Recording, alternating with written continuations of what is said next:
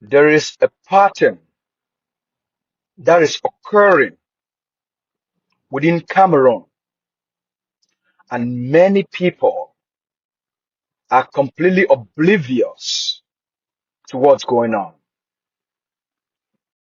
There are tectonic political shifts that are taking place within Cameroon. There are cataclysmic political changes that are taking place within Cameroon. And what's happening within Cameroon will have an effect on everyone's economic life, on everyone's security life, will have an effect on people's social life, will have an effect on the future of Cameroon, and also the implications will have dramatic consequences and effect on the people of the occupied territory of Ambazonia. My message today is titled, Power is Speaking Without Words. It's a public awareness message to the Cameroonian people and the Ambazonian people.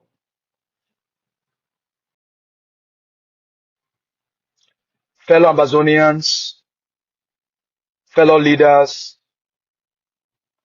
brothers and sisters. Many people still believe politics is only about elections, speeches, constitutions, and official announcements. No. Real politics operates deeper than that. Power communicates psychologically long before it speaks officially. And if ordinary citizens do not understand how political systems use psychological programming, psychological conditioning, they will continue to misunderstand what is happening around them until decisions have already been made that affect everyone. Today, I want us to think critically together. Across Cameroon, the political landscape is drastically shifting.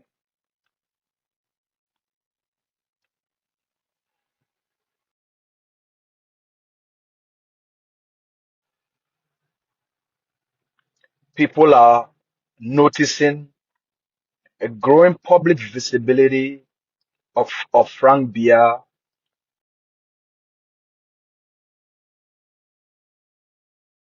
around Mr. Biya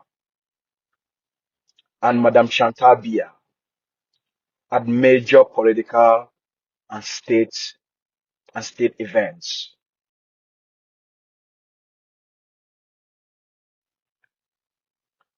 At the recent 20th May celebration at what is commonly known as the Unity Palace, Frank Biya was visibly present, greeting dignitaries, senior officials, high military officers, diplomats, and political elites, alongside the dictator and Madame Chantal. Some people say it means nothing. Others say, no, something bigger is happening. But let us calmly and intelligently break this down, what political systems do during moments like this. Because power is often speaking when nobody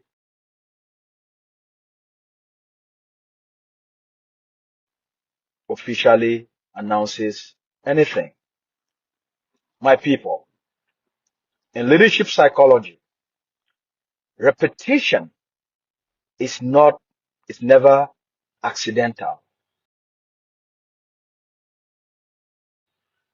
When a political system repeatedly places someone near the center of power, inside national ceremonies, beside senior military figure,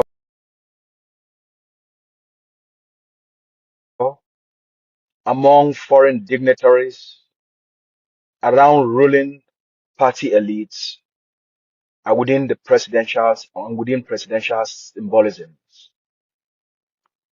That is not random visibility.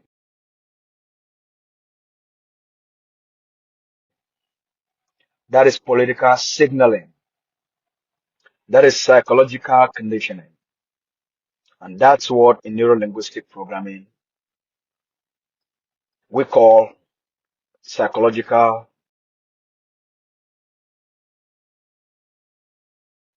programming. This is purposeful to gradually normalize a political possibility inside the minds of the population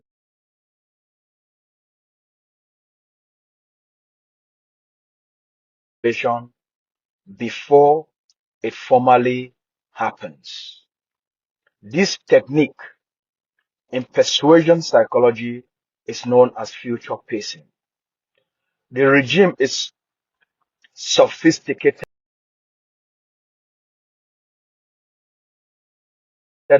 sophisticated in using strategies of conditioning the population subconsciously on what to expect and what to accept in the future.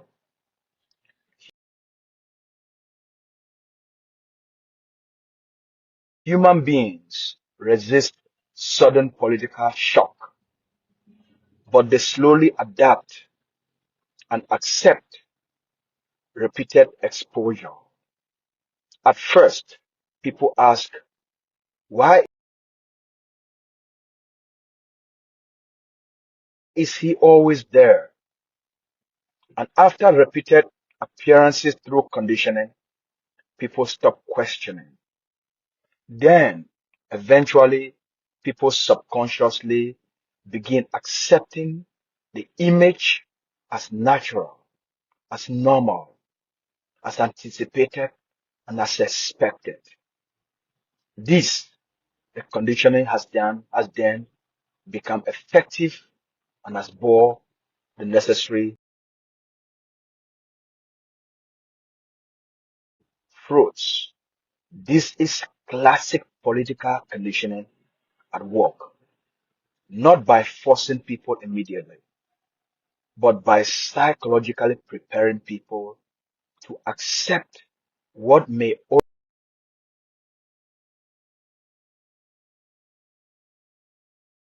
already, what have already been decided internally within the system.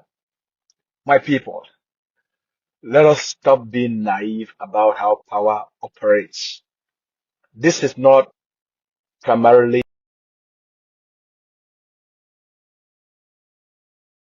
this is not primarily about legitimacy. This is hard power politics. This is daylight political robbery. But through psychological manipulation, the passive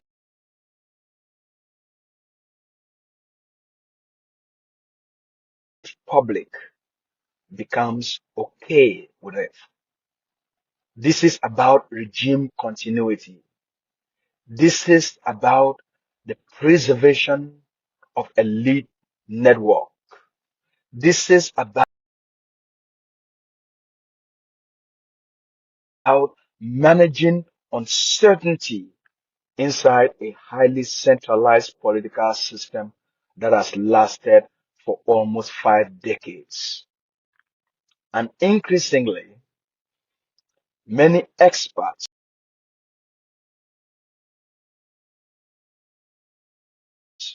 believe this may also represent the gradual introduction of dynastic politics into the Cameroonian political space without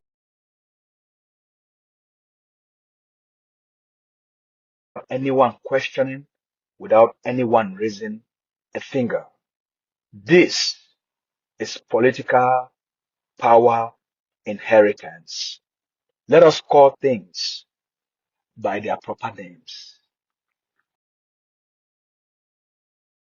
When political power begins revealing around family continuity rather than institutional openness, people begin asking legitimate questions about political dynasty.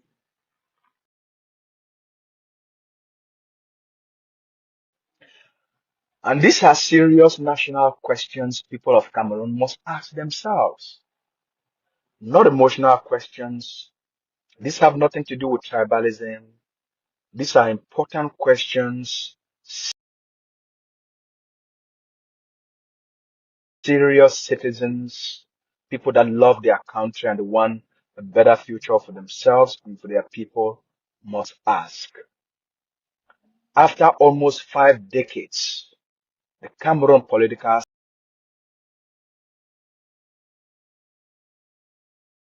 system has been arrested, hijacked, captured by Mr. Biya. So the issue is bigger than one person. The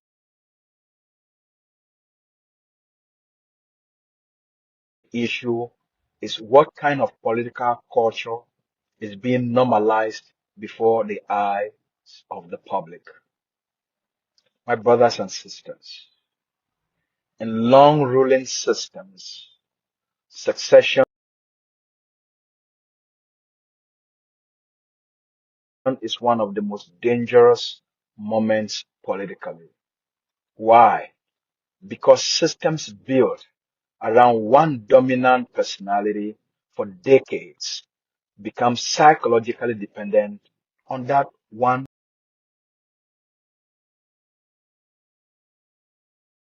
individual.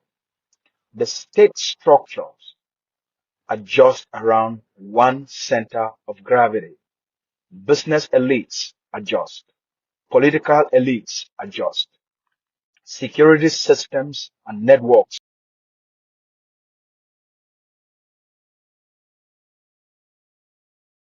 adjust. Foreign partners adjust. And eventually the entire system begins fearing uncertainty more than it fears stagnation. This is when political systems begin psychologically preparing society for continuity through political and family inheritance before transition officially occurs. Not suddenly, gradually, through symbolism, through visibility, through repetition, through emotional conditioning and familiarization. This is what many political observers believe we are now witnessing in Cameroon: political conditioning, setting up expectations.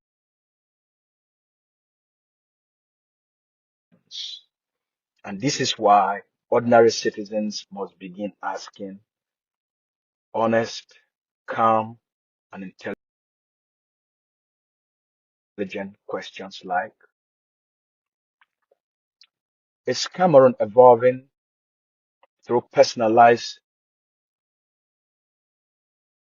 succession politics,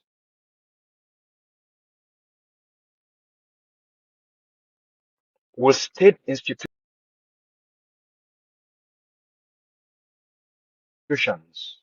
permanently remain under single individual control?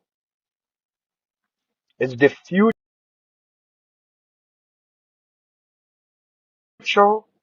of the nation being decided psychologically and people being conditioned into public acceptance?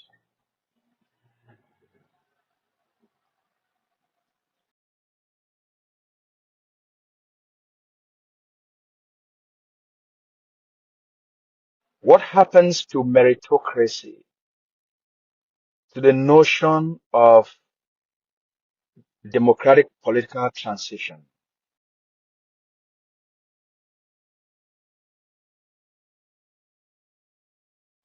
when power is being revolved around family continuity? What future holds for Cameroon after almost 5 decades of Mr. Biya and the CPDM system? What has Cameroon become during those 5 decades? What message does dynastic politics send to millions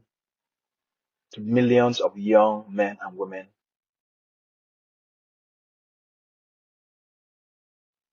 seeking a better future and a better political transformation? Can long-term national stability truly be built around one family structure indefinitely? What happens when institutions lose independence and become an extension of a personality networks? And most importantly, is this preparing the country for sustainable national renewal or merely managing regime survival? These are questions Cameroonians, the young men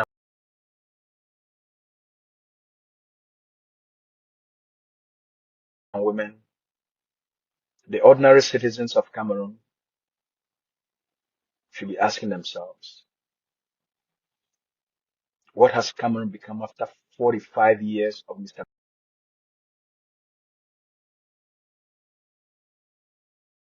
Biya in power? An informed population must learn how to separate symbolism from substance, because politics today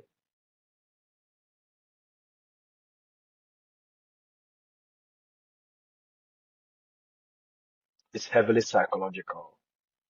And power no longer controls only territory. Power tries to shape perceptions. It tries to shape and condition expectations.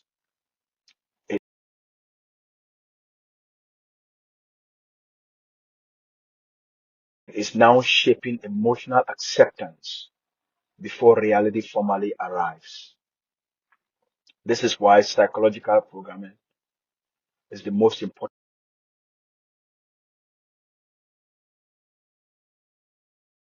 political weapon in modern day political systems today. And this is real power. If you repeatedly expose people to an image long enough,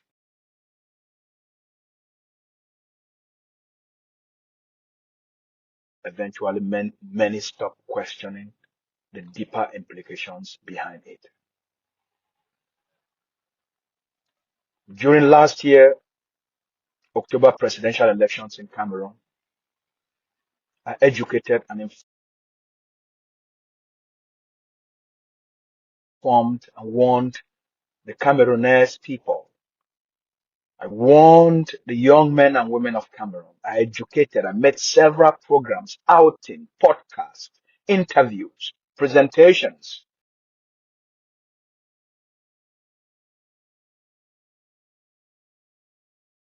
informing the people of Cameroon that the elections will be rigged in broad daylight. I told them pattern recognition is the most powerful strategy, that human behavior is as predictable as we can predict Monday to Friday, as we can predict the rise of the sun. I informed them. I told them Biya is going to rig the election, and anybody who dares to challenge it, if young people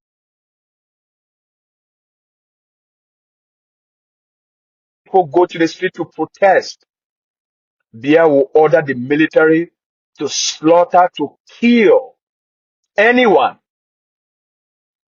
and any opposition leader.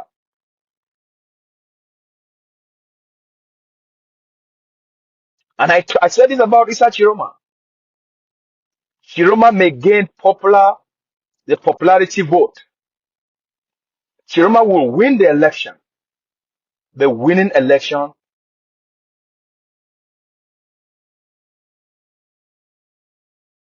is different from defending your political vote. He won the election. He had no strategy to defend power. We want you.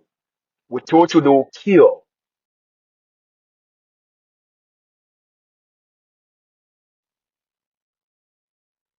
And the fearful population will withdraw back to conditioned states. What happened?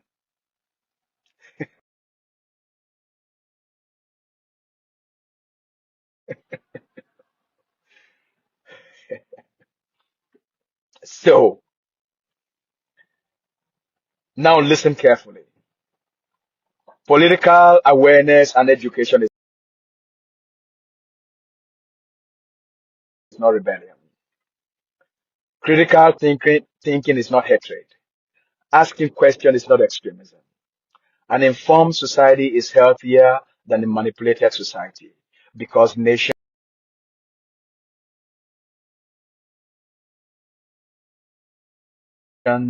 becomes dangerous when citizens stop thinking critically and begin emotionally accepting everything placed before them without reflection. My brothers and sisters, this moment should force everyone, especially citizens of Cameroon and also people in the occupied territory, to reflect deeply. Biya is about to step aside. He's murdered, killed, robbed. He has stolen the destiny, the future. They've bankrupted the state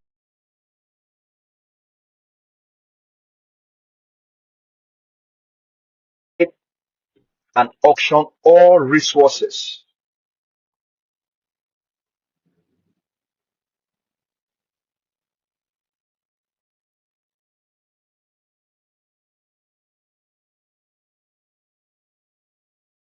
This is not about who governs, but how nations are governed. Do the people of Cameroon want political system to be built around institutions or personalities?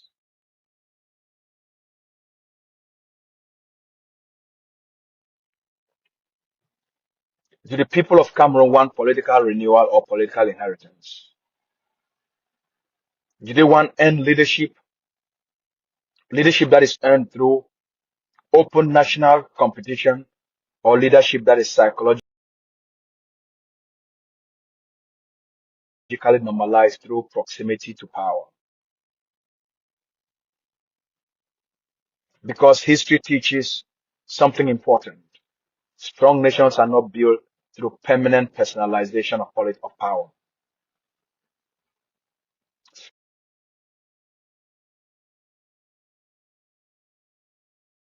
Strong nations are built when the population, when the citizens become stronger than families, stronger than personalities, and stronger than political dynasties. This is what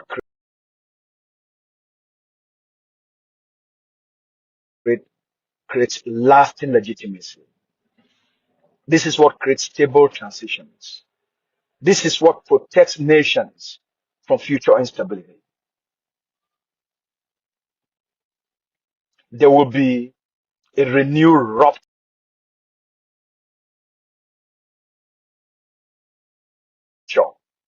in Cameroon should Mr. Biya decides, instead of an open political transition that heals Cameroon and create a pathway for a genuine negotiation with the Ambazonian people.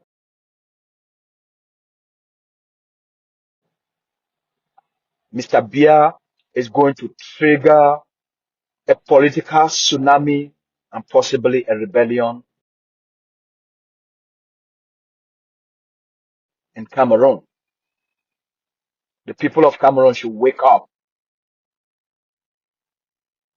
What they need is a stable transition, not political hijack and mental conditioning through hypnosis.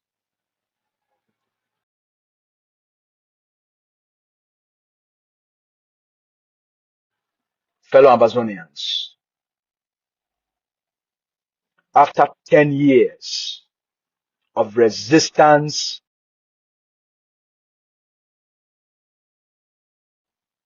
and disrupting the colonial and occupation system, the reluctance of the regime to get into a negotiated settlement will be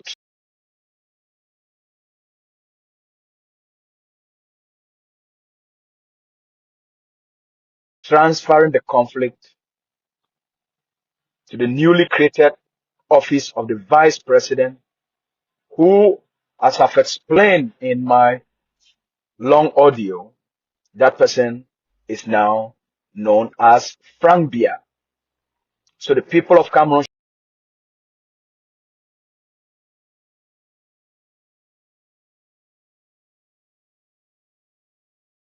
should prepare themselves that Mr. Frank Biya will be appointed by his father to be the vice president, and a few weeks later, there will be what they call a transfer of power, family inheritance, a transfer of political dynasty from Mr. Biya to the son. This is what is going down politically.